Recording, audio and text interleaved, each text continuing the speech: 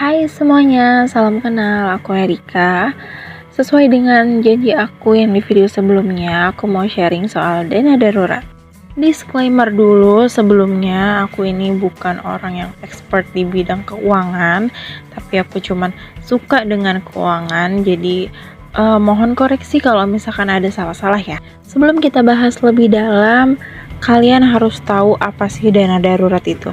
Nah, dana darurat atau dana emergency itu adalah dana yang liquid atau yang siap cair yang sengaja disiapkan untuk keadaan yang darurat. Nah, contohnya ini kayak misalkan kalian tiba-tiba di PHK atau laptop kalian rusak pas ada deadline. Nah, ini fungsinya dari dana darurat, yaitu menjadi kunci penyelamat ketika kondisi keuangan yang kacau. Terus simpannya di mana nih, Kak? Nah, untuk simpan dana darurat ini bisa simpan di mana aja. Yang penting harus aman, harus liquid atau mudah dicairkan. Nah, untuk itu simpan dana darurat itu kalau bisa jangan sampai di rumah. Kenapa kayak gitu? Karena setiap kegiatan kita itu nggak 100% itu ada di rumah. Misalnya kalau kita lagi di jalan terus tiba-tiba ban motor kita bocor. Agak repot ya kalau misalkan uangnya taruh di rumah, makanya harus taruh di tempat yang mudah dicairkan. Nah, di sini ada produk atau tempat di mana kalian bisa naruh dana darurat yang mudah dicairkan. Yang pertama ini adalah rekening bank, atau bisa juga taruh di e-wallet kayak aku. Kayak contohnya tuh Link Aja, OVO, GoPay, Dana, dan lain sebagainya. Atau kalian juga bisa taruh di deposito. Untuk aku pribadi, aku taruhnya di e-wallet karena lebih gampang aja, itu bisa diakses di HP dan bisa akses juga di kartu ATM. Yang kedua, ini adalah emas. Emas bisa kalian beli emas fisik atau emas yang digital aja, maksudnya yang harga emasnya aja. Untuk aku pribadi, aku taruh di emas digital, aku taruh di Pegadaian karena di sana ada program tabungan emas. Jadi bisa nabung pelan-pelan, nanti dicetaknya kalau emasnya udah besar gitu nominalnya. Yang ketiga ada reksadana, kalian bisa taruh di reksadana pasar uang atau di reksadana pendapatan tetap. Tapi disarankan di reksadana pasar uang karena itu jangka pendek ya, dan nominalnya itu cenderung tidak pernah turun atau selalu naik.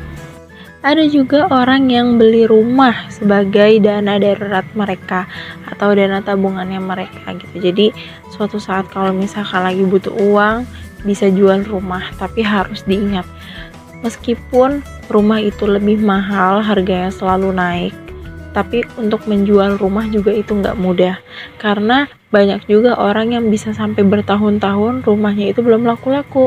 Ada yang beli mobil, ada yang beli sawah, dan ada yang beli tanah. Menurut aku dari rumah, mobil, sawah, tanah itu bukan termasuk dana darurat ya, karena mereka itu nggak liquid, nggak mudah dicairin, karena butuh waktu gitu. Jadi menurut aku itu lebih cocok untuk investasi. Nah, terus gimana sih yang benernya? Nah, di sini aku mau bikinin piramid dana darurat agar teman-teman bisa lebih gampang memahaminya. Nah, yang pertama yang wajib banget ada itu adalah rekening.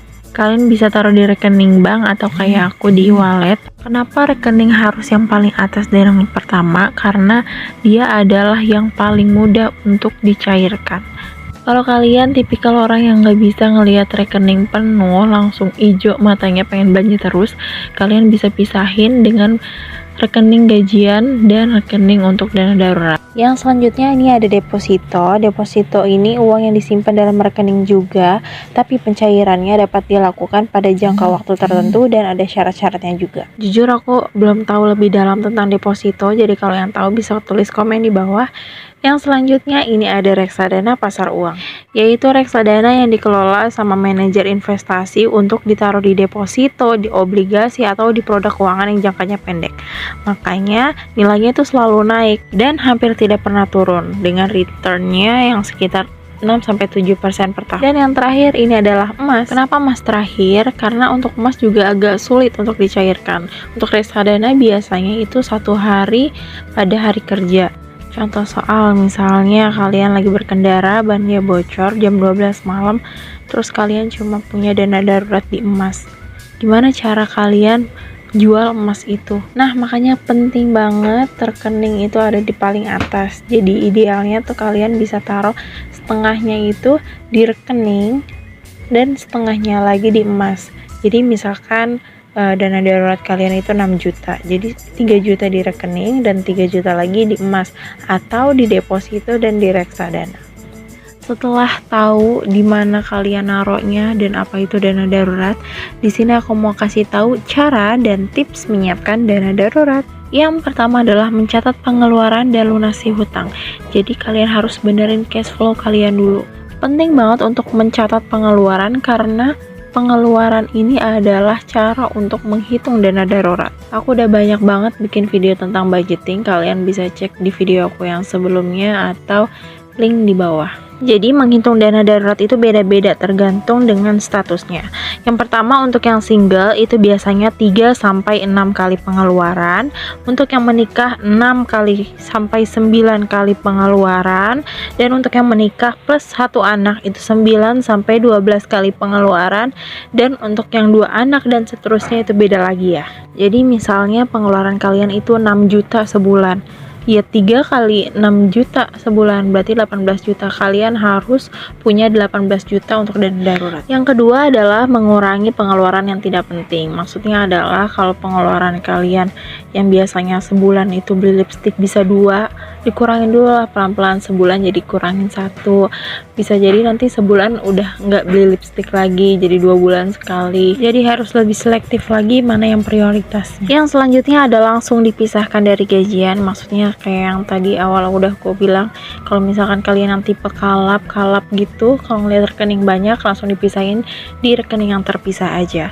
Lanjut yang keempat adalah mengalokasikan ke tempat yang tepat. Aku udah ceritain yang tadi mengalokasikannya kemana aja, dan yang terakhir adalah evaluasi dana darurat per akhir tahun, karena pendapatan kan bisa aja bertambah dan berkurang, jadi dana daruratnya juga bisa aja berubah. Dan yang terakhir ini adalah kapan sih boleh pakai dana darurat. Yang pertama ini adalah di PHK atau bangkrut. Mungkin ratusan sampai ribuan orang pas awal pandemi ini banyak banget yang di PHK dan bangkrut, dan aku termasuk salah satunya.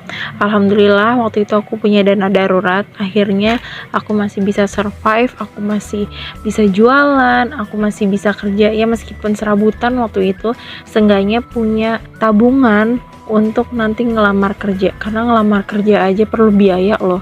Yang selanjutnya adalah rumah sakit. Siapa sih yang mau sakit?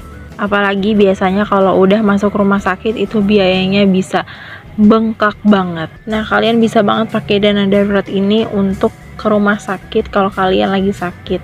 Tapi semoga teman-teman semua sehat terus dan gak ada yang masuk ke rumah sakit. Dan kalaupun kalian udah sakit, udah ada di rumah sakit, semoga cepat sembuh ya. Move on ke yang selanjutnya adalah kendaraan. Maksudnya adalah bukan pakai dana darurat untuk beli kendaraan, tapi teman-teman bisa pakai dana darurat untuk keadaan yang genting. Contohnya bannya bocor, remnya blong, atau ada yang kegores. Bahkan saat kendaraan kalian itu ada yang hilang, kalian bisa pakai dana darurat. Tapi dengan catatan kalau kalian itu emang butuh kendaraan itu, jadi akses kerjanya itu lebih gampang pakai kendaraan pribadi gitu, atau kendaraan umum itu lebih mahal biayanya.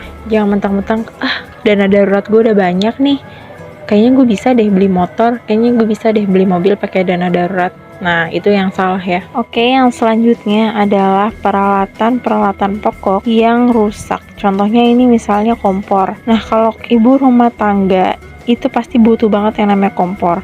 Apalagi kalau yang udah punya anak, pasti lebih banyak masak dibandingkan beli makanan. Jadi kalau misalkan itu rusak, kalian bisa pakai dana darurat untuk menggantinya atau ngebenerinnya. Sama juga kayak kipas. Sekarang kipas itu udah jadi kebutuhan, karena kalau nggak ada kipas pasti lebih gerah, terus banyak nyamuk juga. Atau kayak misalnya laptop, kalian laptopnya tiba-tiba rusak, padahal untuk kerjain tugas kuliah, untuk bekerja itu semuanya dari laptop, itu juga bisa. Dan yang terakhir adalah bencana alam. Siapa sih yang kepengen kena bencana alam? Pasti semuanya nggak bakalan mau. Tapi kalau suatu saat itu datang, kita udah punya dana darurat dan kita bisa menyelesaikan masalah itu. Sesuai dengan pepatah, sedia payung sebelum hujan, jadi sedia dana darurat sebelum ada bencana. Oke, sekian dari aku. Terima kasih yang udah nonton. Jangan lupa like dan subscribe-nya ya. Dan ini dia previewnya. Sampai jumpa lagi. Bye.